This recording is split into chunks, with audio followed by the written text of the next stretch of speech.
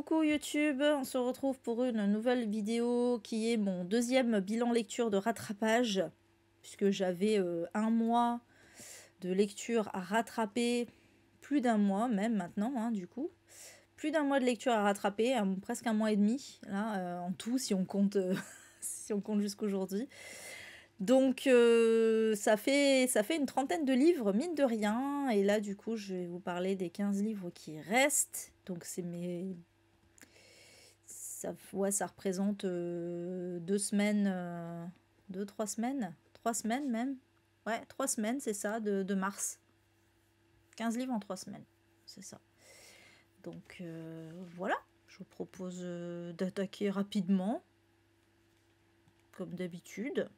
Parce que comme il y en a 15, on va essayer de faire vite. Donc comme d'hab, hein, de la moins bonne lecture à la meilleure. J'ai pas eu d'énormes coups de cœur. En vrai, j'ai pas eu d'énormes coups de cœur sur ce mois de mars. J'ai eu plusieurs bonnes, voire très bonnes lectures. J'ai eu des petits coups de cœur. J'ai pas eu d'énormes coups de cœur. Bah voilà, ça arrive, hein. J'ai posté mon top 3, mais j'ai eu du mal à faire le top 3 en vrai, parce que il y avait pas des trucs qui se démarquaient de ouf non plus. Donc bon, ça arrive, il y a des mois comme ça, on verra bien. En avril, je vais faire des lectures complètement différentes. En mars, ça a été très mars au féminin, ça a été très essai féministe, roman féministe, etc. Et ouais, il y en a que j'ai pas forcément aimé aussi, hein, ça veut rien dire comme quoi. Voilà, mais bon, dans l'ensemble, il n'y a pas eu non plus de catastrophe de lecture, hein. J'ai pas eu de mauvaise lecture en ce mois de mars. Donc voilà. Ouais, c'était. Bah, en fait, étant donné que j'avais pas la fibre, j'ai pas mal lu, du coup, forcément. Faisant moins de live, on lit plus. Donc oui, du coup, 15 livres. Après. J'ai beaucoup lu, putain, j'ai même pas compté combien j'avais lu de livres en mars. Ben alors 15, plus du coup ceux que j'ai mis en vert là. 1, 2, 3, 4, 5, 6, 7. Ouais, ça fait 22, dont 2 graphiques. Ouais, ça fait 20 livres. Ça fait 20 livres quand même. Mais c'est vrai qu'il y en avait qui étaient pas très gros aussi, hein, on va pas se mentir. Voilà. Là, il y aura un graphique. Ouais, mais on lit pas au même rythme, Stéphane. Forcément. Mais c'est vrai que ouais, c'est vrai que le fait d'avoir c'est vrai que le fait de ne pas avoir la fibre, j'ai lu pas mal. Donc on commence par ma moins bonne lecture de ces 3 dernières semaines. Euh, c'est Kim qui va être content. Bon, ça n'a pas été mauvais non plus, hein. Honnêtement, c'était très intéressant. Mais La princesse de Clèves de Madame de Lafayette. Bon, je l'ai lu parce que j'étais curieuse de ce classique qui fait soi-disant partie des classiques féministes, enfin voilà, de la littérature classique, tout ça, tout ça. Bon, moi j'ai pas trouvé ça spécialement féministe, j'ai pas trouvé ça anti-féministe non plus, mais bon, ce débat, voilà. Ouais, ben Mathilde, en vrai, voilà, j'ai exactement la même sensation. Il m'a laissé un peu de marbre. Bon, voilà, on suit Madame de Lafayette, n'importe quoi. Madame de Clèves, du coup. Madame de Clèves, qui est mariée donc à Monsieur de Clèves. C'est un conte, je sais même plus. Oui, franchement, bon, déjà, celui-là, je l'ai lu en plus au tout début du mois de mars, il y a un mois. Donc, déjà, j'ai complètement oublié les noms des gens, etc. Je me souviens juste, voilà, que donc, elle est mariée. C'était un mariage un peu arrangé, quoi. Voilà, de principe et tout. Sauf qu'elle, elle va tomber amoureuse d'un autre homme. Je sais même plus comment il s'appelle. C'est le bilan pourri. Ça commence bien. J'ai pas révisé. Et en fait, voilà, l'histoire va raconter un peu leur histoire d'amour un peu maudite, alors vraiment, ils sont faits pour être ensemble, etc. Mais sauf qu'ils sont tous les deux mariés. Non, lui, je sais pas s'il est marié. Mais il y a un truc comme ça, ou engagé auprès de quelqu'un d'autre, je sais plus. Et bref, en fait, ça va être que des intrigues de cours, tout le long. Que des intrigues de cours avec, en gros, qui est amoureux de qui. En fait, j'avais l'impression que c'était Hélène et les garçons, mais en version... Ça m'énerve parce que c'est une femme qui écrit, mais ça fait vraiment le cliché de la littérature féminine, entre guillemets, mais en version classique, quoi. Et je préfère, je veux dire, je préfère largement les Jane Austen, parce que Jane Austen, il y a aussi des histoires d'amour et des trucs un peu comme ça, voilà, des histoires de cœur un peu comme ça, mais de mariage arrangé ou de choses comme ça. Mais sauf que c'est déjà beaucoup mieux écrit, beaucoup plus beau, avec plus de suspense. Enfin, je sais pas, c'est plus prenant. Hein. Jane Austen, c'est quand même plus épique que La Princesse de Clèves. Franchement, c'était ennuyeux à mourir en vrai. C'était pas inintéressant. Enfin, en vrai, c'était pas inintéressant. Je veux dire, c'était pas une catastrophe de lecture, ça se suivait. Quand je dis que c'était ennuyeux à mourir, c'était pas non plus, voilà, c'était pas ennuyeux dans le sens, je me faisais chier à ma lecture, c'était plus ennuyeux dans le sens où, ben, il n'y a pas beaucoup de rebondissements et tout ça, quoi. Voilà, je veux dire, l'écriture est agréable. En fait, c'est ça, l'écriture est agréable, ça se lit bien, mais il se passe pas grand-chose, quoi. Et les personnages sont sympathiques, on s'y attache, tout ça, voilà. Bon, c'est mignonné, en fait, c'est très mignon. C'est mignon. Voilà, je sais pas, c'est bizarre. Ça fait vraiment, genre, ça fait trop littérature pour adolescente, mais en version littérature classique, quoi, en mieux, voilà, en écrit façon. Mais bon, bref. Bref, voilà, pour celui-ci. Bon, au moins je l'aurais lu, mais alors je comprends pourquoi Kim, qui a dû lire ça au lycée, un garçon qui lit ça au lycée de nos jours, enfin de nos jours, lui il n'était pas au lycée de nos jours, mais vous voyez ce que je veux dire, forcément il se fait chier quoi. Forcément il se fait chier à mort, tu m'étonnes qu'il se soit fait chier en lisant ça. Je comprends tout à fait quoi.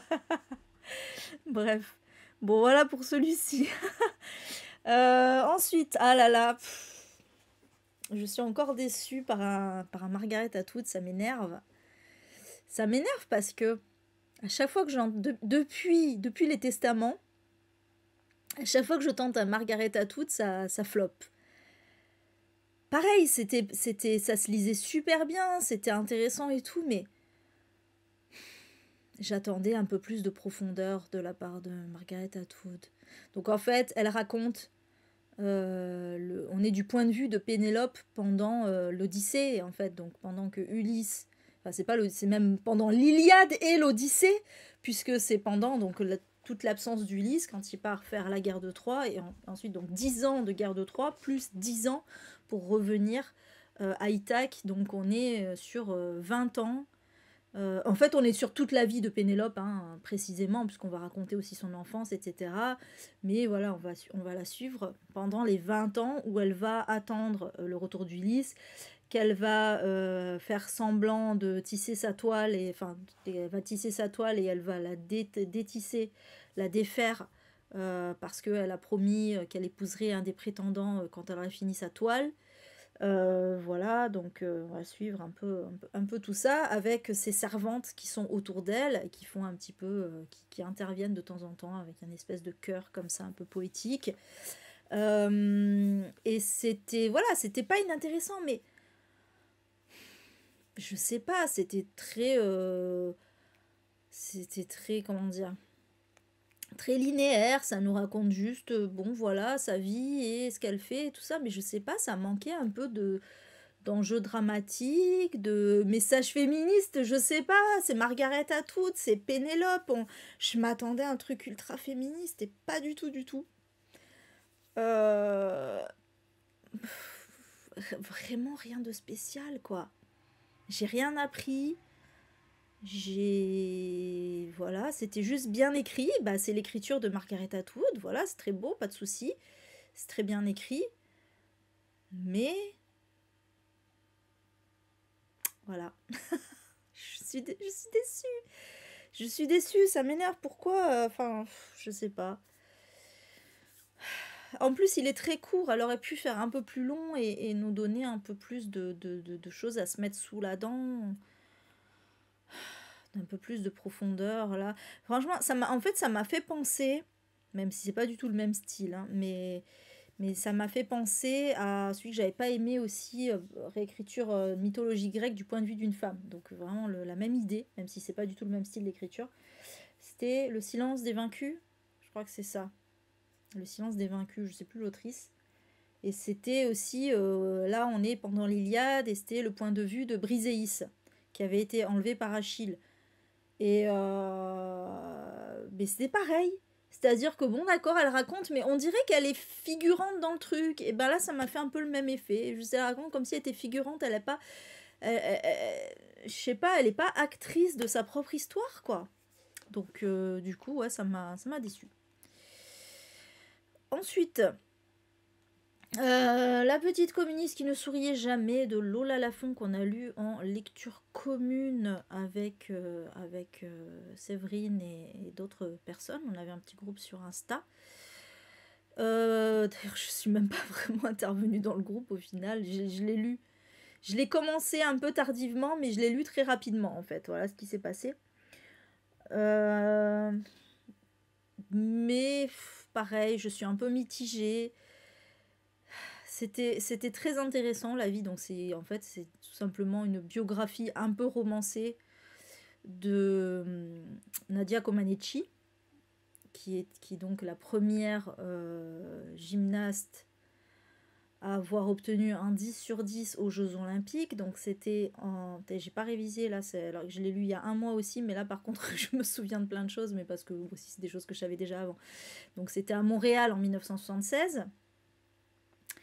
Et on va suivre un petit peu, voilà, comment elle est devenue gymnaste et surtout comment elle a été utilisée finalement pour représenter son pays, la Roumanie, et de façon pas forcément très propre, quoi. Voilà. Vraiment, c'était vraiment un objet un objet nationaliste, quoi, et ça a été un modèle pour plein de petites filles, mais bon, elle n'était pas forcément traitée comme comme aurait dû être traitée une petite fille, quoi. Hein, c'est compliqué. Et du coup, voilà, on va suivre un peu la vie enfin un peu beaucoup même d'ailleurs, la vie de Nadia Comaneci. Alors il y a des passages un petit peu romancés où l'autrice imagine une correspondance entre elle et Nadia. Qui n'était pas inintéressante, hein. Mais voilà, bah après je sais pas, c'est juste que en vrai je me rends compte, je suis pas forcément fan de la plume de Lola Lafont, parce que déjà j'avais eu du mal avec Quand tu écouteras cette chanson. Et là aussi, je sais pas, j'accroche pas spécialement. Et je sais pas, il m'a manqué. C'était peut-être un peu trop froid, je sais pas, j'arrive pas à savoir ce qui m'a pas plu dans ce livre. J'ai du mal à l'expliquer, à me l'expliquer même. Mais je suis restée un peu de marbre aussi. Il y a des choses qui m'ont beaucoup intéressée. Voilà. Sur le destin de cette gymnaste connue et reconnue. Mais sans plus, quoi. Ça m'a pas transcendée. Je m'en excuse. Oui, complètement, Michel. Mais est-ce qu'elle souffre pas encore aujourd'hui aussi, d'ailleurs, hein? Compliqué, hein. Compliqué. Donc voilà. Sans plus pour moi. Mais je suis contente de l'avoir lu. Mais après, voilà, je suis pas sûre que je retenterai cette autrice. Je suis pas tant de ouf que ça, moi, personnellement. Voilà, c'est comme ça. Je suis peut-être un peu unpopular opinion, parce que je sais qu'il y a beaucoup de gens qui l'adorent, mais moi, pas plus. Ensuite, alors, celui-là, c'est Bubu qui l'attendait. Comme quoi, on peut apprécier une personne pour son engagement féministe et pas être de ouf avec ce qu'elle écrit en tant que fiction. Coucou Babs. Donc, Accident de personne de Florence Mendes. Alors, Florence Mendes, si vous ne la connaissez pas, c'est une humoriste qui a aussi un compte Instagram qui est assez engagé au niveau féminisme. Et c'est elle qui a call out Seb Melia, donc l'humoriste Seb Melia, qui a été accusé, qui a plusieurs accusations de viol et d'agression sexuelle. Et elle, c'est pas une victime de Seb Melia, mais c'est elle qui a call out, qui a dénoncé en fait, voilà, parce qu'elle avait trop de témoignages de personnes et elle a décidé, avec l'accord bien sûr des victimes, hein, on parle pas au nom des victimes sans avoir leur accord quand même. Mais voilà, en fait, les victimes se sont servies entre guillemets de sa notoriété pour voilà, c'était mieux que ça passe par quelqu'un qui est du même milieu en fait, hein, du milieu du stand-up aussi. Et voilà, c'est elle qui a lancé du coup le hashtag #MeTooStandUp. Bref, tout ça pour dire que elle a aussi écrit un livre qui n'a rien à voir avec qui n'a rien à voir avec tout ça, qui était déjà sorti avant toute cette histoire, malgré le fait que voilà, il y en a plein qui l'accusent d'avoir voulu faire la promo de son livre, machin, alors que pas du tout. Accident de personne, parce que sinon il aurait fallu que ça parle un peu de la même chose, mais pas du tout, ça n'a rien à voir. Accident de personne, c'est en fait c'est l'histoire d'une jeune femme qui, après plusieurs déconvenues dans sa vie et visiblement une forte dépression, décide de se suicider. Et sauf que, alors je crois qu'elle fait une première tentative et qu'elle se loupe. Et du coup, voilà, elle est persuadée de pas pouvoir arriver à faire ça elle-même. Et en fait, elle va aller sur le Darknet et elle va trouver, en fait, elle va chercher un tueur à gages. Du coup, en gros, c'est un peu ça, hein, genre, elle va aller sur un truc de tueur à gages, mais pour dire, bah, c'est moi qu'il faut tuer, quoi. Voilà l'histoire. Et donc, le gars qui va se porter volontaire pour cette mission, en fait, c'est un mec, il fait un peu le mec, quoi. Il fait un peu genre, je suis trop une Kaira, alors qu'en fait, il a jamais tué personne et il a jamais fait de mal à une mouche. Et le truc, c'est que en fait, il va accepter le truc en se disant, ah, de toute façon, voilà, c'est une blague. Et puis en plus, voilà, il aimait bien un peu la personnalité de la nana. Il s'est dit, en gros, il s'est dit, ouais, je vais faire une rencontre et tout. Bref, il y allait en mode à la légère totale. Sauf qu'en fait, il va se rendre compte qu'il est lié par un contrat et que du coup, il va être obligé de. Voilà. Et voilà, je vous raconte pas la suite. Qu'est-ce que tu dis, Natacha? Merde, qu'est-ce que j'ai fait?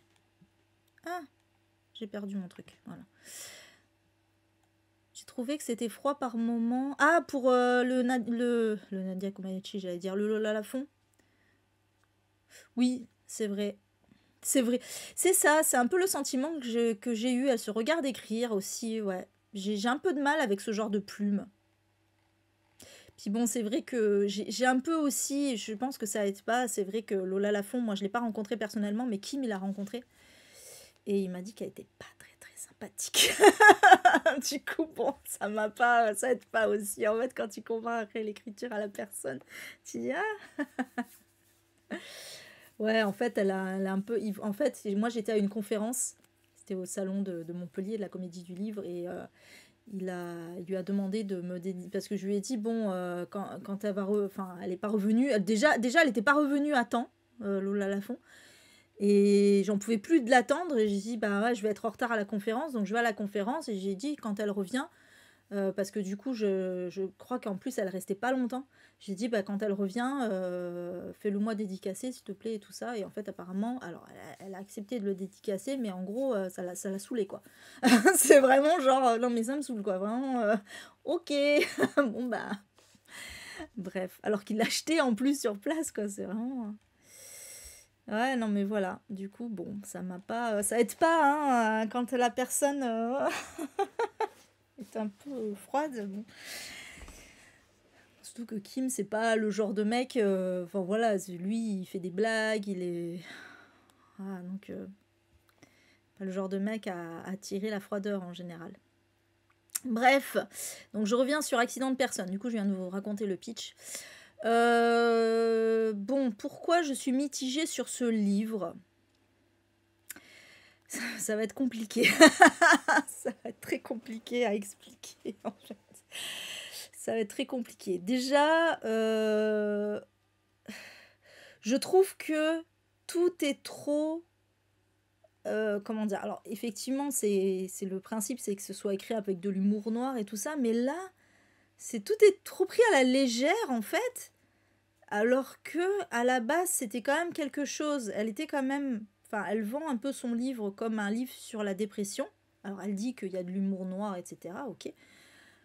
Mais moi, je trouve pas que ce soit trop... que ça parle vraiment de... Enfin, ça parle vraiment de dépression de façon poussée, de façon sérieuse. Ouais, voilà, c'est ça. Tout est survolé, c'est exactement ça. Il n'y a pas de profondeur. Les personnages sont pas très sympathiques, je trouve. Enfin, je sais pas, sont pas très attachants. Même l'héroïne, je la trouve pas super attachante. Elle m'énervait un peu par moments. On suit aussi une psy. On se demande ce qu'elle va faire là au final. Je sais pas. Il y a trop. En fait, ouais, c'est ça. Elle a voulu mettre plein de petites choses comme ça. Voilà, plein de petits sujets féministes. Ah oui, des fois aussi. Ouais, il y a ça aussi qui m'a gênée, ça me revient. Ouais, parce que je l'ai lu pareil, je l'ai lu il y a assez longtemps celui-là. Il y a des fois, en fait, elle veut faire passer des messages féministes, mais c'est genre, ça s'inscrit pas bien dans l'histoire, en fait. C'est comme si d'un coup, elle coupait le truc, elle disait, alors, je vais vous apprendre que il faut faire ça, il faut pas faire ça, machin, ça c'est ça, ça c'est ça. Et toi, t'es là, mais pourquoi tu me dis ça, en fait? Surtout, des fois, ça enfonce un peu des portes ouvertes. Et je sais pas, c'est bizarre. Oui, alors, c'est souvent notamment l'héroïne qui fait un peu des cours de féminisme au gars, là, qui est un peu le dernier des connards, on va pas se mentir. En plus, ça m'énerve, quoi. Je trouve... C'est un incel en puissance, le gars, ça m'énerve trop. Alors, peut-être c'est fait exprès, hein, mais en tout cas, c'est pas, du coup, il est pas attachant du tout. Et du coup, elle lui donne des cours de féminisme, mais je sais pas, ça fait ridicule, ça fait pas naturel. Donc voilà, il y a plein... Et c'est chiant parce que en soi, c'était pas c'est pareil, je l'ai pas mis en dernier, c'était pas une catastrophe de lecture, c'était pas mauvais, mais je m'attendais à beaucoup mieux. En plus, les critiques sont tellement élogieuses, alors je pense que les gens, forcément, ils aiment beaucoup la personne, Florence Mendez, et moi aussi, j'aime beaucoup. Alors bon, après, voilà, je la connais que sur Instagram, j'ai pas vu ses spectacles, peut-être que j'aimerais pas, hein. Mais je comprends que peut-être les gens, justement, ils adorent ses spectacles et tout ça, et du coup, ils veulent dire du bien de son livre, ce que je peux comprendre. C'est sûr que voilà, ça donne pas envie de descendre le livre de quelqu'un qui est ultra féministe, qui a call out un agresseur. Je comprends, mais là, pour le coup, moi, je suis pas d'accord, quoi. C'est pas un chef-d'œuvre. Désolée. Ouais, c'est parachuté, c'est ça. Et oui, c'est son premier bouquin. Bah, peut-être elle fera mieux après, hein, mais elle a voulu mettre trop de choses et... Oui, Jodiane, je vois ce que tu veux dire pour le Lola Lafont. Que c'était froid. Je suis ça en soi, ça m'a pas trop gêné. C'est plus l'écriture peut-être un peu pompeuse. Mais ouais, voilà. Mais je comprends pourquoi, Bubu, pourquoi t'attendais mon avis et tout ça sur celui-là. Ouais. Moi, je sais pas que j'ai pas. Moi, j'ai pas détesté. J'ai pas détesté. Mais j'ai pas aimé non plus. Mais j'ai pas adoré, quoi. Voilà. Et voilà. C'est vraiment. Je suis un peu déçue. Je suis déçue parce que je m'attendais vraiment à mieux de sa part. Mais bon, c'est comme ça, hein, voilà. On peut pas tout aimer. Moi, je suis honnête. Bon, enfin, je suis honnête, elle verra pas ma critique. De toute façon, je me mouille pas beaucoup. Mais voilà. Mais j'irai pas lui mettre 5 étoiles sur Amazon, quoi. Comme il y en a beaucoup qui font. Non, voilà, c'est ça. C'est exactement ça, Bubu, ça se lit bien. C'est pas détestable, mais on ressort de là en disant, bon, bah voilà, ça c'est fait. Next. Après, voilà, ça fera mieux plus tard. Ensuite, alors, le fameux obsolète de Sophie Loubière, dont j'ai posté la critique sur Insta, là, tout à l'heure, voilà. Écoutez, en vrai, c'est pareil, franchement, c'est fou parce que plus ça va, et plus je me dis qu'en fait, je l'ai pas tant aimé que ça, et ça m'énerve parce que du coup, j'ai mis 3 sur 5. C'était la note que j'avais en tête dès la fin de ma lecture, hein. Mais ça m'a fait un peu pareil qu'une maman parfaite. Au fur et à mesure que j'écrivais, j'étais là, putain, mais en fait, j'ai pas grand chose de positif à dire dessus, ça craint. Est-ce que je baisserai pas à 2 sur 5? Après, je me suis dit, non, c'était quand même agréable à lire. C'est surtout la fin, quoi. C'est surtout la fin que j'ai pas aimé. Mais en soi, il y a plein de trucs qui étaient bien dans le livre, donc je n'avais pas de baisser la note. C'est pas comme une maman parfaite où vraiment ça m'a saoulée.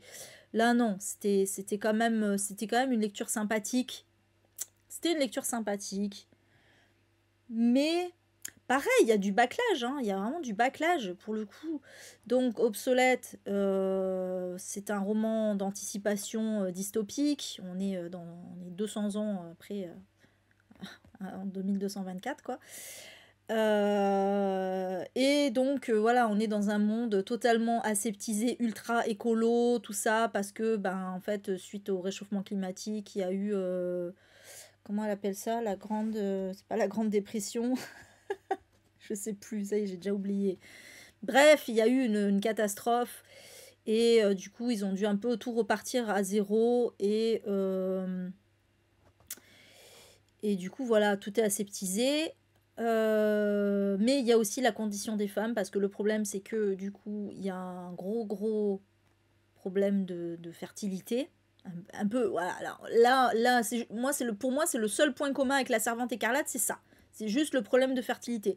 Après, pour moi, ça n'a rien à voir avec la Servante écarlate, je suis désolée. Donc voilà, problème de fertilité. Et du coup, quand les femmes arrivent à 50 ans, elles sont retirées pour être remplacées par des femmes plus jeunes qui vont faire des enfants. En gros, hein. Donc on nous dit qu'il y a beaucoup plus de femmes que d'hommes, ce qui explique aussi ça. Non, pour moi, Stéphane, 3 sur 5, c'est la moyenne en fait. Parce que je mets jamais 0. Je mets jamais 0 parce qu'il n'y a jamais rien qui mérite 0. C'est-à-dire 0, c'est vraiment le fond des chiottes. Et pour l'instant, j'ai pas encore lu le fond des chiottes. Peut-être c'est une chance. J'ai pas lu 50 nuances degrés, peut-être c'est pour ça. Désolé fans de 50 nuances degrés. Mais j'ai jamais mis en dessous de 1, donc finalement 3 c'est la moyenne, voilà. Pour moi 3 c'est la moyenne. Pour moi 3 c'est la moyenne, 4 c'est genre c'était une bonne lecture, et 5 c'était une excellente lecture. Voilà, vraiment je note comme ça, donc parce que déjà de 1 à 5 c'est pas beaucoup, on peut pas, y a pas trop de nuances. Alors oui, une fois j'ai mis un demi, mais bon. C'est la note et c'est pas très parlant. Après, c'est la critique que je fais derrière qui est plus importante, hein, j'ai envie de dire. Ah, t'es en train de le lire, Karine? Coucou, Malo. Ouais. Bah, je mets rarement 5 aussi, mais... Enfin, rarement, c'est vrai que j'en ai eu mis quand même, mais, mais ouais, peut-être que je sais bien choisir mes lectures, faut croire, hein, mais... mais j'ai parfois de très bonnes lectures. Ah, en pause, ok. Merci, Cédric, pour le suivi. Coucou, ah, on se connaît. C'est quel Cédric? Du coup, ouais, qu'est-ce que je disais? Donc, sur Obsolète, oui, donc voilà, le pitch, je vous ai posé le pitch, hein, pareil. Donc, ok pour l'idée, ok, pourquoi pas, idée intéressante. On se dit, ouais, ça va être un truc féministe à la Servante écarlate, tout ça, machin. Bon, pas du tout. Moi j'ai pas du tout trouvé ça féministe. C'est pas anti-féministe non plus, mais c'est pas féministe. Elle parle beaucoup, ouais, elle parle plus d'écologie. Finalement, elle parle plus d'écologie, ouais, de santé, de choses comme ça, de qu'est-ce qu'on... ouais, toute la merde qu'on a pu faire qui font que, ben voilà, il y a eu le réchauffement climatique et il y a eu plein de choses qui ont été problématiques. Ok. D'ailleurs, en ça, je l'ai pas trouvé boumeuse particulièrement, hein. Moi, je trouve que ce qu'elle dit, c'est la vérité, hein, voilà, hein. Et pourtant, vous savez que je suis très progressiste et tout. Mais à un moment, faut arriver au constat que effectivement, trop d'internet, trop de data center, trop de choses comme ça ajoute aussi à la pollution, hein, voilà. Mais surtout qu'elle dénonce pas que ça, loin de là. Nos habitudes alimentaires, nos habitudes de consommation, etc. Évidemment que tout ça c'est problématique, on va pas se mentir. Coucou Nelly. Donc ça c'était bien, ça c'était bien. Peut-être j'ai pas assez insisté là-dessus, mais bon, si je l'ai dit que c'était quand même assez écolo. Mais voilà, après, pour moi, le monde qu'elle nous présente là, voilà, qui est très, oui, qui est très carré, aseptisé, machin. On a des émotions qui sont contrôlées. Tout est fait pour qu'on rentre dans un cadre et qu'on ne sorte pas du cadre. Pour moi, c'est pas la Servante écarlate. Pour moi, c'est parce que la Servante écarlate, en fait, oui, il y a aussi ce côté cadre, mais c'est pas du tout aseptisé. La Servante écarlate, ce monde est glauque et sale et en plus, on a un retour en arrière, on est vraiment retourné au Moyen-Âge. Rien à voir avec ce monde-là qui est ultra futuriste, ultra écolo, ultra. Voilà, c'est rien à voir. Et donc, moi, ça me fait plus penser au meilleur des mondes. Moi, clairement, j'ai vraiment pensé au meilleur des mondes en lisant ce livre. Enfin, pas du tout dans l'écriture ou quoi, mais je veux dire, dans le monde qui nous est présenté. Même s'il n'y a pas le truc des castes, on est quand même dans un truc assez utopiste où tout le monde est à sa place, avec un truc qui contrôle nos émotions, un peu comme le soma dans le meilleur des mondes. Vraiment, moi, ça m'a plus fait penser à ça. Oui, clairement, il est dans l'air du temps. Et coucou Jenny. Et non, voilà, rien à voir avec la Servante écarlate. Vraiment rien à voir du tout. Après, voilà, donc il y avait quand même des partis pris très intéressants. Il y a ce côté aussi, l'histoire du... Voilà, on va trouver des petites filles mortes dans des circonstances un peu cheloues, sachant qu'il n'y a plus de meurtre. Hein, mais c'est comme dans le meilleur des mondes, hein, voilà, il n'y a pas de meurtre, il y a pas de suicide, machin. Enfin voilà, c'est très aseptisé. Et donc là, du coup, on comprend pas comment elles ont pu mourir, qu'est-ce qui s'est passé. Et ça ajoute aussi au suspense du roman. C'était intéressant cette histoire. Alors, je suis pas très fan finalement du pourquoi du comment, mais bon, je comprends ce qu'elle a voulu nous dire. Et par contre, tout le truc autour du retrait, de la retraite, je sais pas comment on dit, les femmes qui sont retirées à 50 ans, là, qui est aussi qui est le plus gros suspense du livre finalement. Qu'est-ce qui se passe là quand on atteint 50 ans? Moi, j'ai trouvé ça pas terrible. En vrai, j'ai trouvé ça très décevant. Et je sais pas, je m'attendais à un truc de ouf, mais en fait, pas tant que ça. Et puis surtout, c'est pas très cohérent. C'est pas très crédible dans ce monde-là. Je trouve pas ça normal que personne s'interroge sur ce qui se passe après. Genre, c'est normal. Je sais pas. Pourquoi est-ce que ces femmes, elles sont obligées de couper le contact avec leurs proches? Je veux dire, ok, on comprend le principe de, ben, t'as 50 ans, donc t'es trop vieille pour faire des enfants, donc t'es remplacée par une autre. D'accord? C'est horrible, hein, attention, je suis pas en train de dire que c'est bien. Mais je veux dire, on comprend la logique. On comprend la logique du truc. Mais pourquoi est-ce qu'elles devraient forcément couper le contact avec leurs proches et tout? Ça n'a aucun sens et il y a personne qui se pose la question, quoi. Je sais pas, c'est bizarre en fait. Et il y a plein d'autres trucs comme ça, et plein d'autres trucs que j'ai trouvé pas cohérents, pas crédibles. Et du coup, ouais, je sais pas, puis je suis un peu déçue de ce dénouement-là. Ouais, voilà, c'est ça. En plus, bon, je sais pas ce que ça veut nous dire. Moi, je trouvais limite que le message, il était pas féministe.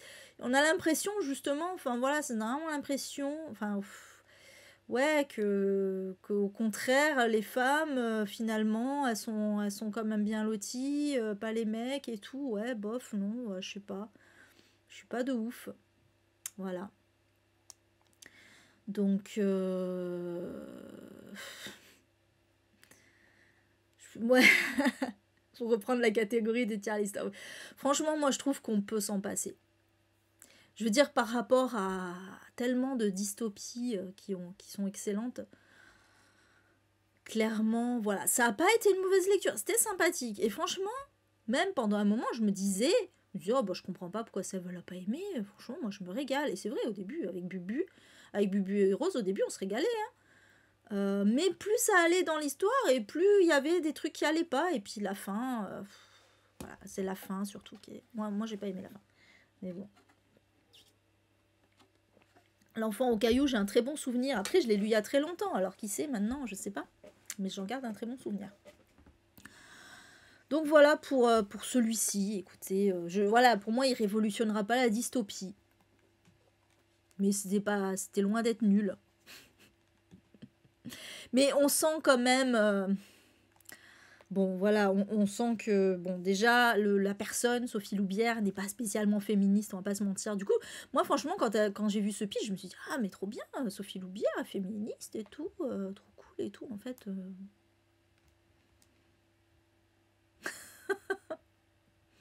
Ouais. Voilà. Du coup, la comparaison avec la Servante écarlate, excusez-moi, me...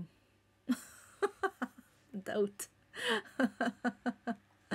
Ouais, c'était assez cool de mémoire, l'enfant au caillou, c'était très bien. Mais il faut qu'elle reste dans le thriller psychologique, en fait. Hein. Coucou Sophie. Après, j'en ai lu un autre d'elle. Mais il m'a pas marqué plus que ça. C'était celui qui est sorti juste avant ou juste après 5 cartes brûlées, putain. Qui se passe dans un cimetière. Si ça vous parle. C'est bien Sophie Loubière. Ça se passe dans un cimetière. Putain, comment ça s'appelait? Pour vous dire à quel point il m'a pas marqué en vrai. Ça avait été une lecture sympathique, mais pas transcendante. Bref. Voilà. Oui, je suis d'accord avec toi, Karine. Je trouve ça bien que... Là, pour le coup, franchement, je suis pas de ceux et celles qui vont dire « Ah ben, fallait qu'elle reste. » Enfin, oui, je viens de le dire il y a 2 minutes, elle devrait rester. Mais dans le sens où ça lui réussit plus le thriller, mais... moi, je trouve ça bien que les auteurs essayent autre chose. Ah non, c'est pas ce que je voulais dire. Oui, complètement. Je trouve ça bien que les auteurs essayent autre chose. Après, bon, finalement... C'était pas forcément réussi. Disons qu'elle a pas trop les codes de la dystopie, hein. On va pas se mentir. D'ailleurs, elle a mis du thriller dans sa dystopie, hein. C'est pas pour rien. Non, pas du tout, c'est pas Black Coffee. Non, il est tout récent celui que j'ai lu. Black Coffee, il est ancien. Bref. Donc voilà pour celui-ci. Ensuite, j'ai lu La Reine des Ombres de Tricia Levenseller, qui était un livre prêté par mon ami Solveig, qui est de la fantaisie. Bon, en fait, elle m'en avait parlé, elle m'avait dit « Ah, ça peut te plaire et tout ça, parce que c'est assez féministe. En plus, voilà, c'est très intrigue politique et tout. » J'ai dit « Allez, vendu. » Oui, c'est ça, Fanny, de Cendres et de larmes, que j'avais lu, de Sophie Loubière. Merci. Merci. T'as retrouvé le titre, putain, jamais je l'aurais retrouvé toute seule. Donc, dans La Reine des Ombres, on est avec... Est-ce que je vais me souvenir de son prénom? Je sais plus. Putain, les prénoms et moi, c'est un truc de fou, hein. On est avec une héroïne. Putain, dingue. Putain, je l'ai pas lu il y a si longtemps que ça, mais j'ai trop de mal avec les prénoms. Putain, même le prénom du gars, je vais pas m'en souvenir non plus. Truc de fou. Attendez, c'est un truc... Alessandra. C'est Alessandra. Donc, on est avec Alessandra. Alors, ils ont tous des... Je sais pas si c'est en rapport avec l'origine de l'autrice, j'en sais rien, mais ils ont tous des noms et des prénoms à la grecque. En fait. Vraiment. Merci, Karine. Mais du coup, j'ai fini par retrouver quand même sans... Ils ont tous des noms et des prénoms à la grecque. Alors, Alessandra, ça fait italien, mais c'est aussi grec. Et donc, c'est Alessandra qui est qu'on est dans un royaume, en fait. Et le roi... On l'appelle le roi des ombres parce qu'il a toujours des ombres qui rôdent un peu autour de lui. et qui lui conférerait, alors il y a plein de légendes autour de lui qui lui voilà, que ces ombres lui conféreraient des pouvoirs particuliers et l'immortalité, voilà. Et en fait, le truc c'est que le roi des ombres, il est pas marié et que, en plus, alors je crois, son père, ses parents viennent de mourir. Je crois que c'est ça. Ou soit ils viennent de mourir, soit ils meurent pas longtemps après le début de l'histoire, mais le fait est qu'il faut absolument que ce prince slash roi fasse un héritier, évidemment. Et donc, tu as toutes les femmes, les jeunes filles du royaume qui sont en pamoison, parce qu'en plus, il est BG, tout ça, bref. Et il y a Alessandra, qui elle en a strictement rien à carrer, au départ en tout cas. Elle, c'est c'est la deuxième sœur de sa sororité. En fait, ce sont deux sœurs. Et il se trouve que elle, en fait, dans leur royaume, la deuxième fille ne peut pas se marier tant que la première ne l'est pas. Et il se trouve que sa grande sœur, donc, vient de se marier. Elle a fait un mariage d'intérêt, hein, évidemment, tout le monde fait des mariages d'intérêt. Et donc le père va dire à Alessandra, ben voilà, maintenant c'est à ton tour. Sauf que Alessandra, elle,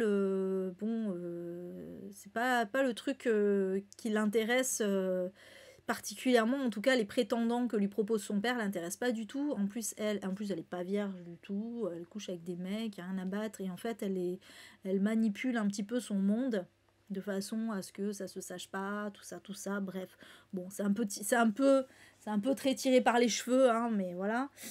Et en fait, quand elle va entendre parler de, pareil, que le roi des ombres, en fait, va donner une réception, et où, effectivement, le but, ça sera de un peu se faire remarquer, et bien du coup, elle se dit, bon, moi, je veux pas épouser un des prétendants que mon père me présente, qui sont un peu de la merde pour moi. Moi, j'aspire à mieux, et bien puisque c'est ça, je vais épouser le roi, mais non seulement je vais épouser le roi, mais je vais le buter après, et comme ça, je prendrai sa place, et voilà, et ce sera moi la reine. Et donc, ça part de là, et en fait, on va suivre comment elle va mener tout son petit chemin pour arriver à ses fins. Et bon, tout ne va pas forcément se passer comme prévu, évidemment. C'était assez drôle, en vrai. En vrai, j'ai bien aimé cette lecture. Alors, évidemment, faut pas y chercher de ouf la profondeur. Mais c'était sympa. Je trouvais ça assez original, assez féministe en plus. C'est marrant parce que du coup, voilà, elle essaye de convaincre notamment voilà le roi de faire passer des lois plus féministes, tout ça, machin. Enfin, c'était assez drôle. Mais sans que ce soit comme dans Accident de parcours où c'est voilà, les gros sabots, tout ça. Pas du tout, c'est plus subtil, là, j'ai trouvé. Voilà, c'était sympa. Et bon, voilà, c'était rigolo. C'était assez rigolo. J'ai bien beaucoup aimé le personnage d'Alessandra, qui se laisse pas marcher sur les pieds, euh, qui est un peu, voilà, qui est un peu une connasse, mais en même temps, bah, on la comprend, quoi, parce qu'elle est dans un monde ultra patriarcal, hein. J'ai beaucoup aimé voilà toutes ces manipulations, etc. C'est pas une connasse avec tout le monde, en plus elle se fait des amis et tout, enfin c'est mignon, il y a des relations qui sont assez des relations amicales notamment qui sont assez mignonnes. Voilà, c'était sympa, c'était sympathique, j'ai bien aimé, je suis contente de l'avoir lu, ça change un peu, c'était un peu original par rapport à d'autres trucs de fantasy. On n'est pas sur une romantaisie basique, machin, non, c'est un peu plus subtil et un peu drôle aussi. Voilà. Ensuite, j'ai lu Queen Kong de Hélène Vignal. C'était très très court. C'était très très court, je l'ai écouté en audio d'ailleurs. Donc en fait, là, alors l'héroïne, je crois pour le coup, elle a pas de nom. Parce qu'on est à la première personne et c'est pas autobiographique, hein. C'est vraiment, c'est pas du tout autobiographique. Et donc notre héroïne, en fait, je peux pas vous dire le pitch précis parce que le problème c'est que il est très très court et que du coup, moindre truc vous spoilerez. Mais ce que je peux vous dire, c'est que ça va parler que l'héroïne, en tout cas, va subir du slut shaming et du cyberharcèlement. Le slut-shaming, c'est quand une femme va être blâmée pour être quelqu'un qui couche. C'est complètement ça, en fait. Hein, voilà. En gros, on la traite de salope. Et voilà, donc slut-shaming à fond et cyberharcèlement. Ça va parler de ça. Et c'était hyper bien fait. C'était très très bien écrit. Très très bien écrit. Franchement, j'étais agréablement surprise. Par contre, c'est trop court. C'est trop court, vraiment. Enfin, on n'a pas le temps de comprendre tous les tenants et aboutissants de ce qui se passe, en fait. C'est pas très, comment dire, c'est pas très précis, en fait. On sait pas exactement. Alors, après, je pense que c'est une volonté de l'autrice, hein, j'imagine, mais on sait pas exactement pourquoi, même si on peut deviner, mais on sait pas exactement pourquoi elle subit du slut-shaming. Mais ce qui est intéressant, c'est comment ça vient petit à petit. Et voilà, c'est un peu comme Match de Lily Boisvert dont je vais parler plus tard sur une autre thématique. Mais voilà, c'est le truc un peu de l'engrenage Mais c'était vraiment pas mal. Après voilà, je trouve que ça manque un peu de précision, je sais pas, voilà, je sais pas. Mais c'était très bien écrit. Par contre, j'ai beaucoup aimé l'écriture. C'est vrai que je sais pas si elle a fait d'autres, j'ai pas regardé si elle a fait d'autres livres, Hélène Vignal, mais voilà, c'était très bien. Ensuite, j'ai lu Noblesse oblige de Maïwenn Alix. Alors, j'ai beaucoup aimé ça. Donc, dans cette histoire, on va suivre. Est-ce que son prénom va me revenir aussi? Putain, décidément. Est-ce que son prénom va me revenir? Je ne sais pas. Ah, ça m'énerve d'être comme ça, c'est horrible. Donc, on va suivre une héroïne. On est dans une uchronie. On est dans une uchronie où il y a eu une tentative de révolution française, en fait, mais elle n'a pas abouti et la noblesse est restée. Et donc, on est de nos jours. Et de nos jours, il y a toujours un roi. Donc, c'est le roi Louis XXI. Et donc, en fait, il se trouve que y a une télé-réalité. Enfin, en fait, il y a plusieurs télé-réalités sur la vie de la cour, etc. Voilà, parce que les nobles, ben, on a vraiment, là, pour le coup, on a vraiment un fossé entre les classes sociales, hein, comme il y avait à l'époque, hein, d'ailleurs, entre vraiment la noblesse et le tiers-état, on va dire. Et du coup, voilà, il va y avoir notamment une télé-réalité qui va être très suivie, où on recrute, entre guillemets, des jeunes filles roturières dans le royaume pour venir chercher des prétendants. Donc c'est un genre de L'amour est dans le pré, si vous voulez, sauf que à la place des agriculteurs, ce sont des nobles. Et on fait venir donc des roturières et on espère que ça va créer des couples. Voilà. Et évidemment, les jeunes filles sont ravies de participer à cette émission. Voilà.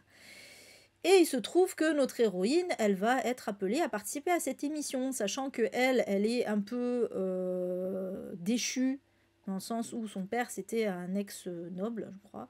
Et il a été reconnu coupable de trahison pour je sais plus quoi d'ailleurs.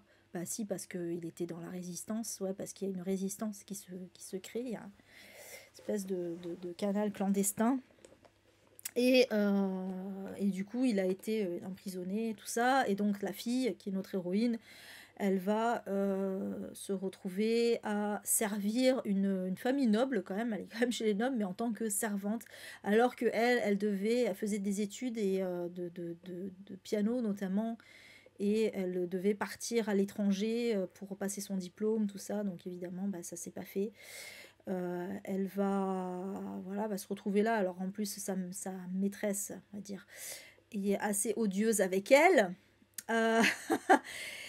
Et voilà, il se trouve qu'elle va être recrutée pour ce programme de télé-réalité. Et en fait, dès que son père apprend ça, alors son père il a toujours son réseau malgré le fait qu'il soit en prison, il va donc il va demander à son réseau de la recruter en gros pour en tant qu'espionne au sein de la cour parce que il y a eu plein de choses un peu cheloues qui se sont passées et notamment la mort donc dans l'édition précédente de cette télé-réalité qui s'appelle Noblesse oblige d'ailleurs, la mort de l'une des candidates enfin la mort de la gagnante en fait, il y avait la grande parce qu'en fait tu gagnes plus ou moins quand tu es en couple, mais tu gagnes vraiment quand tu as eu le plus beau des partis, quoi. Et donc, celle qui a obtenu le plus beau parti, qui était un comte ou un duc, je sais plus, bref, elle a été retrouvée morte quelques temps plus tard, peu de temps après le mariage, dans des circonstances bizarres. Et donc, finalement, voilà, on est un peu dans un... On va avoir un peu un genre de thriller au milieu de ça, puisque... Elle va se retrouver là-dedans, l'héroïne, elle va enquêter sur cette mort et en même temps, elle va trouver d'autres choses un peu cheloues. Et c'est vachement bien parce que franchement, c'était vachement bien. C'était vraiment hyper original comme histoire. J'étais à fond dedans. Je l'ai bouffé. Ça reste du young adulte, donc peut-être... Moi, je trouve... Enfin, en fait, c'est pas tant le côté young adulte, parce qu'au final, bon, c'est quand même un peu trash. Hein. D'ailleurs, il y a des trigger warnings au début. Et... t'entends bien. Mais moi, ce qui m'a manqué... Franchement, je trouve que ce livre, il aurait pu faire une trilogie, quoi. Autant il y a des fois, je trouve que il y a des sagas, ça s'éternise, c'était pas la peine d'en faire plusieurs tomes. Autant là, franchement, il y avait vraiment de quoi faire un truc plus long. Je trouve que du coup les événements s'enchaînent un peu trop vite alors que au final franchement il y avait vraiment moyen de pousser le truc beaucoup plus parce que l'idée de base est vraiment excellente et tout ce qui va avec franchement c'était trop bien, c'était vraiment trop bien, mais voilà c'est dommage il a manqué ça, il a manqué que voilà ça allait un peu trop vite, c'était vite fini, j'étais là putain déjà j'étais dégoûtée mais voilà c'était vraiment très très bien. Beaucoup aimé. Ouais, ça, uchronie slash thriller voilà, dans la noblesse. Bon, très, du coup, forcément, très anti-royaliste et tout ça, hein, évidemment. Voilà pour celui-ci. Ensuite, une petite BD Mythe et Meuf de Blanche Sabat. Que j'ai beaucoup aimé parce que en fait elle nous retrace, alors Blanche Sabat d'ailleurs je la suis aussi sur Instagram, c'est La Nuit Remue Paris et en fait elle nous retrace un peu à la Pénélope Bagieux des portraits de femmes, sauf que là ce sont des femmes pour la plupart en tout cas fictives, ce sont des femmes qui sont issues de contes, de mythes, etc. Voilà, donc on va avoir Pocahontas, Petit Chaperon Rouge, Méduse, Lilith, la sorcière Caraba dans Kirikou, etc. Voilà, on va avoir plein comme ça. Et à chaque fois, en fait, donc elle nous fait une petite BD pour nous raconter un petit peu tout le mythe autour de ce personnage. Et ensuite, il y a une page où elle va, là c'est plus de la BD, c'est voilà, écrit, voilà. Et elle nous explique un peu son interprétation à elle et aussi l'interprétation que d'autres personnes ont pu faire, comment a été utilisé ce mythe, comment il est perçu aujourd'hui, etc. C'est vraiment très intéressant, c'est vraiment très bien fait. Il y a un tome 2, clair que je vais devoir me le procurer. Mais j'aime beaucoup l'idée. Ça, juste peut-être, ça reste un peu trop en surface. Après, bon, c'est une BD, j'ai envie de dire, il y a quand même des trucs précis, mais je sais pas.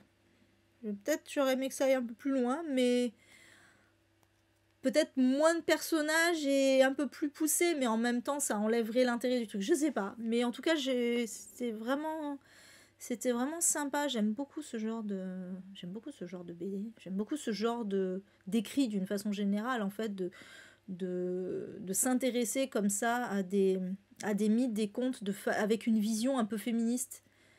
Il s'agit pas du tout de réécrire, attention, hein, il ne s'agit pas du tout de réécrire les contes et les mythes, pas du tout, c'est vraiment présenté de façon brute, mais il s'agit enfin pas d'imaginer, en fait, c'est même pas imaginer, c'est de présenter les interprétations possibles qu'il y a pu y avoir autour de ça, qu'elles soient féministes ou pas d'ailleurs, hein.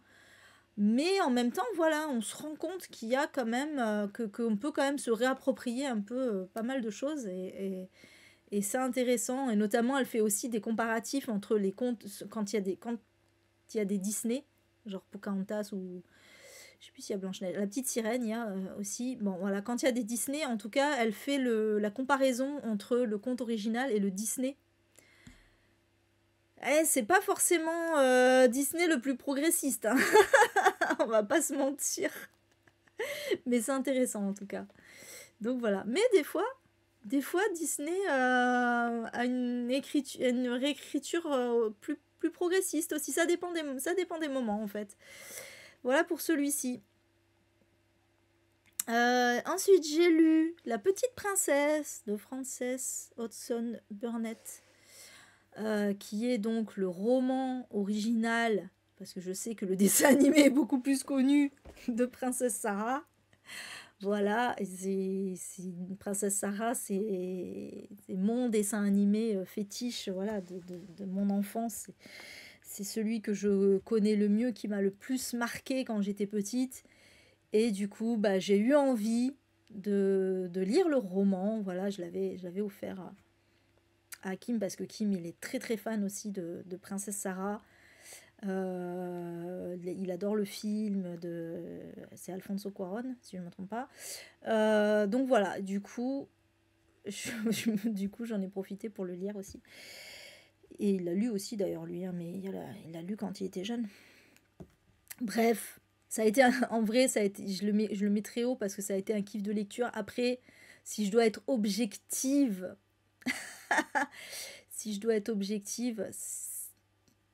il y a plein de défauts dans ce livre, vraiment. Mais après, voilà, c'est l'époque, hein, qui veut ça. Ah ouais, c'est vrai, Malo. Ah, c'est vrai, on se les était refait aussi avec Kim. Et donc, bon, voilà, alors, je pense que vous connaissez l'histoire, mais dans le doute, donc, Princesse Sarah, c'est une jeune fille, c'est pas une princesse, hein, à la base. C'est une jeune fille très riche, par contre, qui est née aux Indes. Je dis bien aux Indes parce que on était à l'époque victorienne, où les Indes étaient une colonie britannique.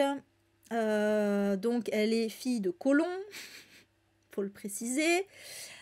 Et son père décide en fait de l'amener à Londres pour la faire intégrer un pensionnat. Alors je ne sais même plus pour quelle raison d'ailleurs. Est-ce qu'il y a vraiment une raison valable? Parce il doit faire des affaires, lui, de son côté, et je ne sais même plus, bref. Il l'amène donc dans cet internat londonien, une pension pour filles, en fait. Pension pour jeunes filles bien éduquées, tout ça, tout ça. Sarah, elle est absolument pourri gâtée, on va pas se mentir, vraiment, c'est son père, il la gâte, mais de ouf. Il lui passe tout, il lui donne tout. On se demande d'ailleurs comment c'est possible qu'elle soit aussi gentille et bien élevée, tellement elle est pourri gâtée dans la vraie vie. Une gamine comme ça, elle aurait été odieuse, on va pas se mentir. Mais bon, faut croire qu'il lui a quand même inculqué des valeurs derrière. Ah, c'est vrai, Malo? Eh ben ouais, à la base, c'est un roman, tu vois.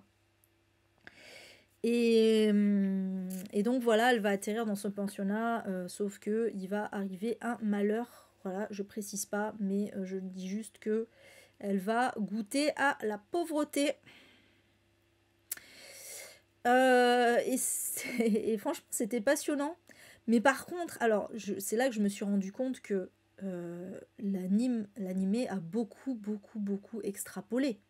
Parce qu'évidemment, le roman, il est assez court, hein, il fait 280 pages, je crois. C'est vrai, t'as pas vu le dessin animé, Karine? Et honnêtement, alors tout le début est absolument identique, enfin le dessin animé est absolument identique. Mais par contre, à partir du moment où elle devient pauvre, ça passe assez vite, en fait, ça passe assez vite. Alors que dans le dessin animé, il lui arrive des tonnes et des tonnes de péripéties. Mais c'est bien parce que, mais en fait, c'est là que je me rends compte que le dessin animé, il a pas seulement été écrit à partir de La Petite Princesse, donc évidemment c'est la base du truc, mais il s'est aussi beaucoup inspiré des Misérables. D'ailleurs, les personnages du couple de cuisiniers, ils y sont pas dans le roman. Il y a une cuisinière, mais il n'y a pas de couple. Et je pense que clairement, il s'est inspiré. Enfin, le créateur du dessin animé s'est inspiré des Thénardier. Il y a beaucoup un peu de Oliver Twist aussi. Enfin voilà, il s'est inspiré quand même d'autres classiques de la littérature. Euh... Et voilà, donc ça a été beaucoup extrapolé. Là, c'est un peu plus court, mais il y a quand même des trucs intéressants dedans. Et surtout, il y a un truc que j'ai trouvé très intéressant. On s'en rend pas autant compte, je trouve, dans le dessin animé. Ce qui fait que, alors, je vous précise aussi que la fin du dessin animé est différente de la fin du roman. Et je sais, je ne vous dirai pas la fin pour pas spoiler, mais je sais qu'il y a beaucoup de gens qui se sont insurgés contre la fin du dessin animé. Mais en vrai, la fin du dessin animé, elle est vachement expliquée dans le roman finalement, c'est marrant, hein. Mais parce que on comprend la relation, on comprend vraiment bien la relation entre Mademoiselle Mangin, qui en fait, qui est dans le roman Miss Minchin, et Sarah. On comprend vraiment mieux leur relation et notamment la perception de Miss Minchin vis-à-vis qu'elle a de Sarah en fait. On s'en rend moins compte dans le dessin animé. Enfin, on sait qu'elle la déteste, évidemment, mais je veux dire, pourquoi elle la déteste, on le sait pas trop dans le dessin animé, alors que là, on comprend. Et du coup, on comprend la réponse de Sarah et pourquoi elle fait ça à la fin du dessin animé. Et en fait, c'est ultra intelligent, je trouve, de la part du créateur du dessin animé. Je trouve cette fin absolument géniale, moi, personnellement. Et voilà. Le nom du film, c'est aussi La Petite Princesse. Donc voilà, et du coup, excellent. Moi, j'ai passé un super moment. Après, alors voilà, après, par contre, colonisation de ouf. Il y avait des fois, j'étais choquée quand il parle à un moment des mines de diamants, parce que le père de Sarah, il a acquis des mines de diamants, en fait. Et donc, il a tout un truc autour, tout un lore là autour de ça, tout un mythe autour des mines de diamants. Et à un moment, il y a quelqu'un qui dit: Oh, j'imagine ces petits hommes sombres travailler dans ces mines. Moi, j'étais là, quoi? Sorry, what? Ah ouais, ok, putain. Ouais, c'est chaud parce que c'est vachement romantisé en fait, en mode waouh, c'est génial, c'est magique et tout, alors que t'as quand même des mecs qui vont être esclavagisés pour bosser dans ces mines, quoi. Putain, la vache. Ah ouais, c'est chaud. Et bon, il y a plein de trucs comme ça, hein. Il y a plein de trucs comme ça vraiment, genre les Indiens, c'est les bons petits chiens, quoi. Ah, ils sont trop mignons. Ah, c'est nos bons petits sauvages. C'est vraiment ça. Oh. Et il y a ça, et qu'est-ce qu'il y a? Ah oui, et puis alors c'est très aussi, on sent que l'héroïne, elle est très royaliste, hein. Oh là là. Parce que genre, il y a le gros mythe de Marie-Antoinette. Ah, Marie-Antoinette, c'est une icône. Par contre, Robespierre, ouh, c'est un méchant Robespierre. Robespierre, pas bien Robespierre. Marie-Antoinette, bien. La reine Victoria, bien. C'est vraiment ça, quoi. Ça, t'es là, ouais. Très bien, Frances. On voit pour qui tu roules. Bon, voilà, après, c'est l'époque. C'est un peu comme Autant en emporte le vent, hein. Clairement, c'est un peu le même délire qu'Autant en emporte le vent, quoi. Dans le truc où, voilà, là c'est pas l'esclavage, c'est la colonisation, mais c'est un peu le même truc. Donc, la monarchie et la colonisation sont absolument enjolivées. Enfin, voilà, c'est la société idéale, quoi. Mais bon. Mais après, voilà. Après, alors attention, c'est très jeunesse, hein, voilà, on est dans du pur roman jeunesse, c'est pas young adulte, hein, c'est jeunesse, donc vraiment c'est écrit pour les enfants. C'est très mignon, mais bon, après, voilà, ça se lit bien, hein. Du coup, voilà, je l'ai bouffé, mais c'était un petit kiff parce que, bah voilà, ça m'a rappelé le dessin animé, et c'était bien d'avoir la version originale. Voilà. Ah, il y a des trucs comme ça. Alors, bon, celui-là, je vais pas m'éterniser dessus, puisque je vous en ai parlé suffisamment dans mon live sur mon top des essais féministes. Voilà. Donc, le mythe de la virilité d'Olivia Gazalet. Essai très très didactique sur qu'est-ce que la virilité, sur l'histoire de la virilité aussi. Voilà, ça nous apprend beaucoup beaucoup beaucoup de choses. Bisous Malo, bonne lecture, merci d'être venu. Et voilà, c'était un excellent essai. Alors j'ai cru comprendre qu'il était pas mal remis en question aujourd'hui. Alors c'est vrai qu'il y avait des trucs qui m'ont un peu gêné dedans, mais j'ai trouvé que l'autrice après venait quand même contrebalancer, donc ça m'a pas tant perturbé que ça. Donc je ne sais pas. Il y a des trucs peut-être un peu essentialistes, mais je crois qu'elle remet quand même ça en question, donc voilà, bon écoutez, en tout cas moi j'ai beaucoup aimé. Voilà, je vous laisse aller voir l'autre vidéo.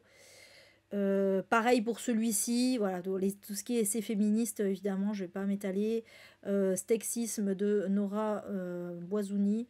C'était vraiment très intéressant sur nos rapports à la nourriture.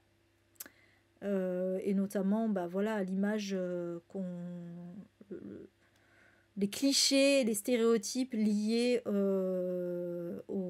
à la nourriture par rapport à un genre en fait. Donc on associe les femmes aux yaourts nature, aux fruits, voilà, et les hommes à la viande. Et c'est pas complètement faux, puisque c'est un peu ce qui se passe dans la réalité, mais du coup, voilà, elle va analyser tout ça, les représentations. Et pourquoi, en fait, hein, pourquoi on nous associe comme ça? Parce que bah, forcément, il y a une représentation aussi qui est faite de ça, notamment dans la pub. Voilà, donc c'était vraiment passionnant. Et tout ça pour arriver à la conclusion que Sandrine Rousseau avait raison. Elle n'a pas toujours raison, mais sur ce coup-là, alors que ça a fait tout un tollé, elle avait raison.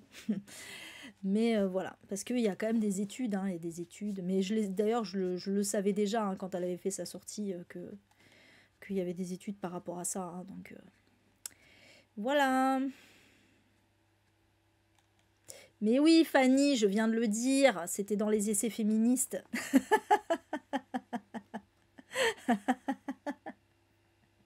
Les deux là, juste les deux là, le mythe, enfin il y en a peut-être un troisième, je sais plus. Mais le mythe de la virilité et le sexisme, c'est parce que c'était dans mon top des essais féministes. Je pense pas que tu aies vu La Petite Princesse, par contre. J'aime bien ces mots, on a déjà vu ton bilan, genre, attends, tu nous refais la même vidéo, là, comment ça se fait? Qu'est-ce qui se passe? On est en live, donc bon, je pense que tu peux difficilement te tromper, là, quand même. Donc, ensuite, j'ai lu Match de Lily Boisvert. Après avoir lu Le principe du Kumshot, dont je vous ai parlé, et dans mon précédent bilan, et dans le top des essais féministes. Donc, on m'a conseillé de lire également ce petit roman. Je ne sais pas si on peut appeler ça un roman, parce qu'en fait, c'est a priori autobiographique. C'est une partie. Elle va nous raconter une de ses expériences, Lily Boisvert. Coup de cœur. Ouais, j'ai adoré aussi. S'il y avait eu un top 4, je l'aurais mis en 4e, là, quand j'ai fait mon top 3 du mois. Bon, après, elle est première avec le principe du Kumshot, quand même. Je me suis dit, je vais pas la mettre 2 fois dans le top 3. Ouais, bah, du coup, moi, je me le suis fait en audio. C'est très court, ça se lit très vite. Et donc, en fait, l'autrice va nous raconter une histoire qu'elle a eue avec un homme. En fait, match parce que c'était sur une application de rencontre. Donc elle, voilà, elle cherchait à rencontrer quelqu'un. Elle a eu plusieurs matchs, mais il y en a un en particulier qui lui a tapé dans l'œil. Et du coup, en fait, ce qui va se passer, c'est que donc au début, elle fréquente 3 gars, enfin voilà, elle date 3 gars, on va dire. Hein. pour voir un peu comment ça se passe, hein, normal. Et puis voilà, il y en a un qui va lui dire, bon, moi je vois pas d'autre femme que toi. Et du coup, elle va se sentir un peu coupable et elle va dire, bon, je vais dire aux autres qu'on arrête de se voir et voilà, je vais me consacrer à lui.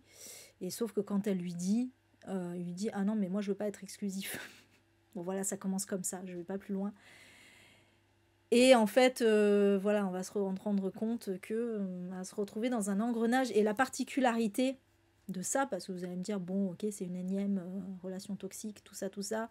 La particularité, c'est que Lily Boisvert, c'est une féministe et qu'elle est assez connue, en tout cas au Québec. Et en fait, dans cette histoire, elle raconte que à ce moment-là, elle commençait à avoir une petite notoriété parce qu'elle passait dans des émissions radio, tout ça. Et donc, ah, c'est bien un roman, d'accord, ok. Je pensais que c'était son histoire à elle. Bon, bah alors j'ai rien dit. Il me semblait que j'avais vu quelque part que c'était elle-même qui racontait son truc.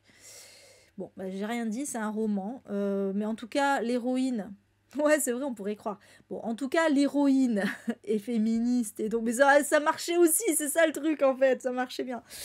L'héroïne est féministe et elle, donc, au moment où voilà, elle raconte cette histoire, elle commence à avoir de la notoriété. Et en fait, ce qui est intéressant, c'est qu'on va se rendre compte que t'as beau être féministe et être au courant de comment se prémunir de ce genre de relation, bah ça ne t'empêche pas d'y tomber sans te rendre compte en fait. Et en fait, on va assister à comment elle va se rendre compte de ça. C'est extrêmement intéressant. Franchement, vraiment, ça sort un peu de l'ordinaire par rapport à ça. Parce que là, on n'est pas... Enfin, là, c'est horrible de dire ça, mais là, oui, on n'est pas avec un personnage qui est fragile, qui n'a pas confiance en elle, tout ça, parce que c'est vrai que souvent les relations toxiques, c'est triste à dire, mais c'est souvent ça, ce sont souvent des femmes voilà, qui n'ont aucune confiance en elles, et quand quelqu'un leur témoigne de l'amour, etc., elles s'abandonnent un peu au truc. Et or là, le personnage est au contraire très sûr de lui. Enfin voilà, elle est sûre d'elle, elle a une petite notoriété, elle est féministe, voilà, elle a assez confiance en elle, etc.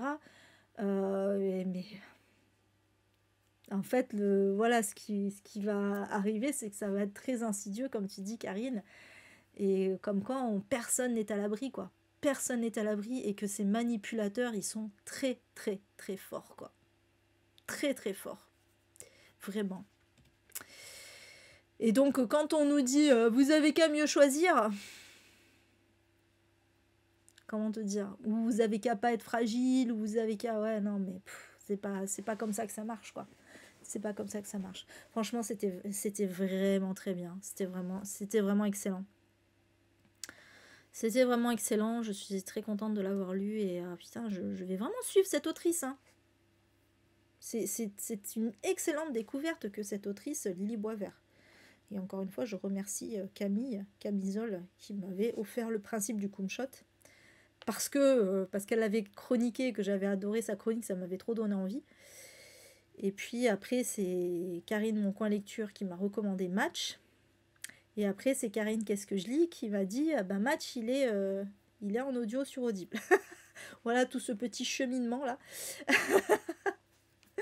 Donc je vais continuer clairement à suivre cette autrice. Ensuite, j'ai lu Les 30 meilleures façons d'assassiner son mari de Sommier. Qui est une autrice coréenne, qui est l'autrice de Bonne nuit maman. Et chut, c'est un secret. Et d'ailleurs, petite parenthèse, donc c'est une autrice qui était éditée chez Matin Calme, la maison d'édition Matin Calme, qui malheureusement a fermé. Et donc on n'aura jamais la fin de la trilogie de Bonne nuit maman. Voilà, et croyez bien que je suis en PLS total. C'est horrible de se dire ça en vrai. Bah, il n'y aura pas la suite. Bon, bah voilà. Bah, t'es baisé. Alors, ça va parce que en soi, c'est plus ou moins des one-shots. C'est pas comme s'il y avait un cliffhanger à la fin et que voilà. Mais quand même, quoi. Quand même, ça fout un peu les boules. Et donc ça, bah, c'était le dernier livre de l'autrice qui était sorti chez Matin Calme et qui est sorti ensuite en poche au livre de poche, qui est un recueil de nouvelles, donc rien à voir avec Bonne Nuit Maman, même s'il y a des thématiques similaires quand même, elle aime bien. Ah, Odeya, ouais. Bien sûr. Déjà, là, je suis à l'italien. Et en plus, là, j'ai même pas révisé. Je voulais réviser pour pouvoir parler à Pier Giorgio Puglisi. Et j'ai pas révisé. Je crois que j'ai perdu tout mon italien, là. Donc là, le coréen, comment te dire bah non, bah non, Karine, parce qu'il a même pas été... Enfin, ouais, si. Ou alors, il faudrait qu'il fasse le choix de traduire directement...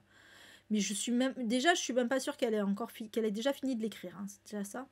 Déjà ça, voilà, c'est compliqué. Après, je sais pas. Mais coucou Aurélie. Je sais, Odeya. Ouais, c'est pas grave. Au pire, je lui parlerai en anglais. Et ouais, je sais pas s'ils traduisent le livre de poche. Donc voilà, c'est compliqué. Bah écoutez, tant pis. Bref, en tout cas, là, voilà, on est sur un recueil de nouvelles. Qui est clairement, dont la thématique est clairement les meurtres conjugaux. Voilà. Ça peut être féminicide comme l'inverse, mais je vous rassure tout de suite, c'est pas traité de la même façon. Et c'est féministe, c'est féministe. Alors, bien sûr, il y a à aucun moment elle dit c'est bien de tuer son mari, mais c'est pas bien de tuer sa femme, hein, c'est pas ça. C'est pas ça, c'est plutôt le fait que si on tue son mari, c'est peut être pour de bonnes raisons aussi. Encore que, pas forcément. Il y a quand même, franchement, il y a quand même un truc double. Des fois, il y a un truc double de, voilà, tue ton mari juste parce que t'en as marre de sa gueule. C'est pas, elle dit pas que c'est bien, attention. Mais il y a un peu de tout en fait. Il y a un peu de tout dans ces nouvelles. Mais franchement, j'ai adoré parce que ce que j'ai adoré, c'est pas tant les messages, c'est surtout la façon dont c'est écrit. J'adore ce genre de nouvelles avec des twists, en fait, un peu à la Hitchcock. J'ai trouvé ça très Hitchcockien dans le traitement, dans le côté un peu ironie du sort, très machiavélique. Voilà. C'était... Ah, il y a une nouvelle que j'ai surkiffée notamment, où en fait c'est carrément les deux dans le couple, le mari veut tuer sa femme et la femme veut tuer son mari. C'est génialement raconté et alors la fin, je, franchement je me suis dit, ah, quand j'ai compris ce qui allait se passer, je dis ah non, elle nous a fait ça. Ah putain, elle est forte. Franchement, c'était trop bien. Et voilà. Et donc, pourquoi ce titre? Parce que la première, en fait, c'est en rapport avec la première nouvelle. La première nouvelle, c'est une femme qui supporte plus son mari et qui la traite comme de la merde, en fait. Voilà. Et en fait, elle imagine comment le tuer, en fait. Voilà. Elle imagine, d'où le titre. Et sauf qu'un jour, il va vraiment être retrouvé mort. Et voilà. Et je ne dirai pas plus. C'était vachement bien. C'était vraiment très très bien. Voilà. Ouais, la couve du poche est plus jolie, je suis d'accord aussi. Bah en fait, moi j'ai les deux. Alors en fait, j'hésite d'ailleurs à apporter le grand format au Quai du Polar parce que d'un côté... Parce que celui-là, en fait, si j'avais les deux, si voilà, juste j'avais acheté les deux par erreur, j'aurais donné le poche. Mais le truc, c'est que le poche, on me l'a offert. Donc je peux pas décemment offrir un cadeau. Enfin voilà, un cadeau qu'on m'a offert, je peux pas le re-offrir. Et le truc, c'est que le grand format, c'est chez Matin Calme et j'ai envie de garder tous mes Matins Calmes parce que ben c'est voilà la maison d'édition qui est dead. Donc j'ai envie quand même de le garder parce que Matin Calme. Voilà, vous comprenez mon dilemme un peu. J'ai envie de garder les deux du coup. Ça m'énerve. Mais ouais, c'est ça, je pense que je vais garder les deux. Mais c'est vrai que tous mes Matins Calmes, là, j'ai envie de les garder parce que bah, voilà, c'est collector quoi maintenant, donc c'est con quoi. Voilà. Mais c'est vrai que la couverture est pas ouf du Matin Calme. Ils nous avaient habitués à mieux, hein. Enfin voilà, en tout cas, c'était vraiment excellent. J'ai adoré ces petites nouvelles. J'adore cette autrice. J'adore cette autrice. Je suis tellement triste.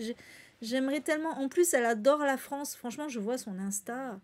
Elle partage beaucoup de quand elle va en France, etc. Elle kiffe la France, elle était trop en kiff d'être éditée en France.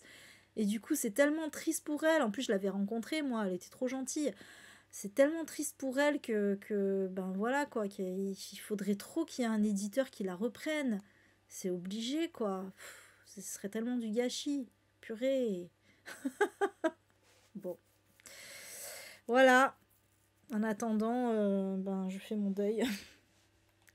Et enfin, le dernier de la liste. Oh, j'aurais fait vite finalement. C'est Simone, ma chère Simone de Beauvoir, que je défends corps et âme contre la volonté de cancel des, des militants purs. Mémoire d'une jeune fille rangée de Simone de Beauvoir. Ça fait tellement longtemps qu'il est dans ma palle et que je dois le lire. Parce que voilà, ma tante, qui était un modèle pour moi, me disait que c'était son livre de chevet, etc. Et voilà. C'est fait. Et c'était génial. C'est... Ah, c'est vrai, Jenny. C'est en vrai... C'est pas une lecture... Enfin, c'est pas un page-turner dans le sens où il y a... ça reste un coup de cœur parce que je me suis énormément attachée à cette personne. Mais après, voilà, c'est vrai qu'il y a quand même des longueurs. Elle se répète beaucoup sur certaines choses aussi. Voilà, quand elle a un truc en tête, par exemple, à un moment, elle tombe amoureuse d'un ami d'enfance, en fait. Elle est tellement à fond sur lui qu'elle va nous en parler. Par exemple, puis toi, t'es là, ouais, c'est bon, on a compris. Tu nous saoules avec Jacques. Mais bon, voilà. Mais sinon, en dehors de ça, l'écriture est sublime. J'adore son personnage. Enfin, son personnage, c'est elle-même, en fait. Hein. Elle raconte sa vie, voilà. En fait, Simone de Beauvoir raconte sa vie, donc de ses 5 ans environ. De ses premiers souvenirs, en tout cas. Jusqu'à sa rencontre avec Sartre, où elle avait la vingtaine, à peu près. Elle était étudiante à la Sorbonne. Et au début, franchement, quand elle raconte son enfance, mais comme j'avais l'impression de lire du Amélie Nothomb, c'était un truc de fou. Vraiment, je me dis, putain, c'est la même écriture. Elle a vraiment une façon, je sais pas si Nothomb, du coup, s'inspire de Beauvoir. Alors, c'est moins flagrant après, c'est vraiment juste sur l'enfance. Parce qu'elle a une façon de raconter son enfance est vraiment très très similaire à Amélie Nothomb quand dans Métaphysique des tubes par exemple. Le fait, alors déjà de base, il y a beaucoup de similitudes, c'est-à-dire que Simone de Beauvoir a une sœur comme Amélie Nothomb, de qui elle est très proche comme Amélie Nothomb. C'était une surdouée aussi comme Amélie Nothomb, donc déjà elle raconte comment elle apprend à lire. Comme Amélie Nothomb, vraiment c'est vraiment le même truc et c'est écrit tellement de la même façon avec les mêmes mots et tout. J'étais waouh, je me disais mais c'est ouf quand même. C'est tellement similaire. Et du coup, voilà. Après un peu moins, parce qu'après, elle a plus de considération, bah, justement, d'adolescente, etc. Mais,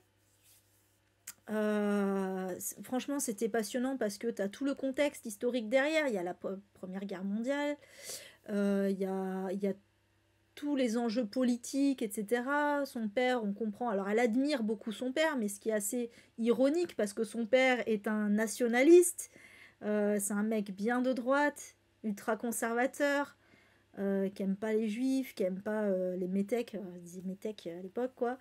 Enfin voilà, et malgré tout, elle admire son père parce que c'est son père, mais voilà, elle va se rendre compte petit à petit du truc, et elle, par contre, elle va vriller de plus en plus progressiste, même si au début elle se dit pas féministe, mais voilà, ça va venir petit à petit. Elle va fréquenter des gens. Elle est pas d'ascendance. Pourtant, c'est de Beauvoir, mais malgré tout, elle est d'ascendance quand même assez classe moyenne, on va dire. Voilà, elle fait pas partie de la bourgeoisie. Mais malgré tout, en allant étudier à la Sorbonne, elle va fréquenter des petits bourgeois. C'était C'est assez marrant d'ailleurs de constater que le milieu bourgeois de gauche, de parisien en fait, bourgeois parisien de gauche, d'il y a 100 ans, c'est exactement le même qu'aujourd'hui, quoi. C'est un truc de fou. Vraiment, c'est tellement ça, quoi. Ça n'a pas vieilli. C'est ouf, vraiment. Enfin, voilà. Tu vois un peu. Et puis, bon, voilà, ça parle beaucoup ça parle pas mal de politique aussi, mais de façon un peu. Avec toute l'innocence et la pureté qu'a cette jeune fille, finalement. Et moi j'adore ça parce que bon du coup elle est à la fois elle se fait un peu influencer par ses fréquentations et en même temps elle a quand même sa petite personnalité aussi. On sent on sent quand même un petit peu les prémices aussi de sa bisexualité, même si elle le dit jamais, mais on sent que voilà elle a des rapports assez proches avec certaines de ses amies, qu'on voit que bon il y a un petit peu ambiguïté quand même. Mais voilà, en tout cas, c'était vraiment passionnant. J'ai adoré, j'ai adoré Simone. J'ai adoré Simone. Je me suis pas forcément identifiée parce qu'on n'a pas du tout le même parcours, mais j'ai eu beaucoup d'empathie pour elle et beaucoup d'affection pour elle, pour ses idées, pour le fait qu'elle soit souvent perdue aussi. Qu'elle se sente. Des fois, il y a des moments où elle est insupportable. Il y a des moments où elle est insupportable parce que elle se sent trop différente des autres et du coup, ben, elle rejette tout le monde. Enfin voilà, il y a des trucs comme ça. Je sais pas, ouais, parce qu'elle fait sa crise d'ado aussi, hein, voilà. Donc comme quoi, 100 ans, franchement, c'était il y a 100 ans, ça a pas vieilli. Elle est née en 1908, hein, Simone de Beauvoir. Donc on va sur une période qui va jusqu'au tout début des années 30 en fait, hein. Voilà. Donc, mais ça n'a pas vieilli. Et du coup, maintenant, j'ai qu'une envie, c'est de lire la suite de ses mémoires, puisqu'elle elle a fait d'autres livres où elle raconte sa vie, hein, voilà, d'autres livres autobiographiques. Et j'ai trop envie de lire la suite, parce que, ouais, je veux savoir, là, elle rencontre Sartre. Alors d'abord, elle devient amie avec un ami de Sartre. Et Sartre, elle l'aime pas parce qu'elle le trouve un peu pédant, machin. C'est assez rigolo en fait. Et donc elle se lie d'amitié avec un des amis de Sartre. Et ce qui est marrant, c'est que c'est une très forte amitié entre les deux, mais sans aucune ambiguïté. J'ai trouvé ça excellent. Parce que ben voilà, c'est un homme. Alors lui, en plus, il est marié. Il a la vingtaine, hein, mais il est déjà marié parce que parfois on se mariait jeune à cette époque-là, hein. Il est marié, mais voilà, il va avoir énormément d'affection pour Simone et réciproquement, mais il y aura jamais d'ambiguïté entre eux, je trouve ça cool. Et un jour, voilà, il y a Sartre qui va vouloir. En fait, c'est Herbeau. Alors c'est marrant parce qu'elle appelle tout le monde par son nom de famille, enfin tous les hommes. Les femmes, elle les appelle par leur prénom. Les hommes, elle les appelle par leur nom de famille, sauf Jacques, qui est son ami d'enfance, de qui elle est amoureuse pendant tout le roman d'ailleurs. Mais du coup, c'est Herbeau, donc l'ami. Et Herbeau, il lui dit non, non, je veux pas te présenter Sartre parce que il va t'accaparer après et moi je te veux pour moi tout seul. Et un jour, Herbeau va devoir partir.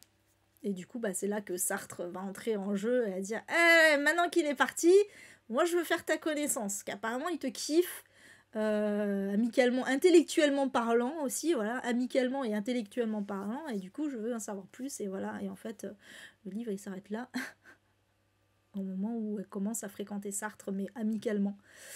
Voilà. Tout ça pour vous dire que j'ai adoré. Et sur ce, eh ben écoutez. J'ai fini mon petit bilan en espérant que ça vous ait plu. Et du coup, la prochaine vidéo, ce sera quoi ? Je sais plus. Donc, je vais aller de ce pas. Regardez, donc ce sera pas jeudi. Jeudi, c'est des gommes tapales. Donc, voilà. Et après, du coup, le bilan d'équipe du polar, je pense pas que je vais le poster sur YouTube. Bah, ça sera l'IT rétro, hein. Bon, bah, ça sera dans un petit moment, hein. Ce sera l'IT rétro 1994 que j'ai pas pu faire le mois dernier. Donc voilà, ce sera l'occasion. Et voilà, sur ce, bon c'est bien comme ça, c'est dans longtemps, comme ça me laissera le temps de faire des petits tests enregistrés, parce que comme j'ai des soucis. Non, 1994 ce sera. Là c'est les années 90. Allez, sur ce, je dis au revoir à YouTube, et du coup je vous dis à la prochaine vidéo. Bye bye. Ciao.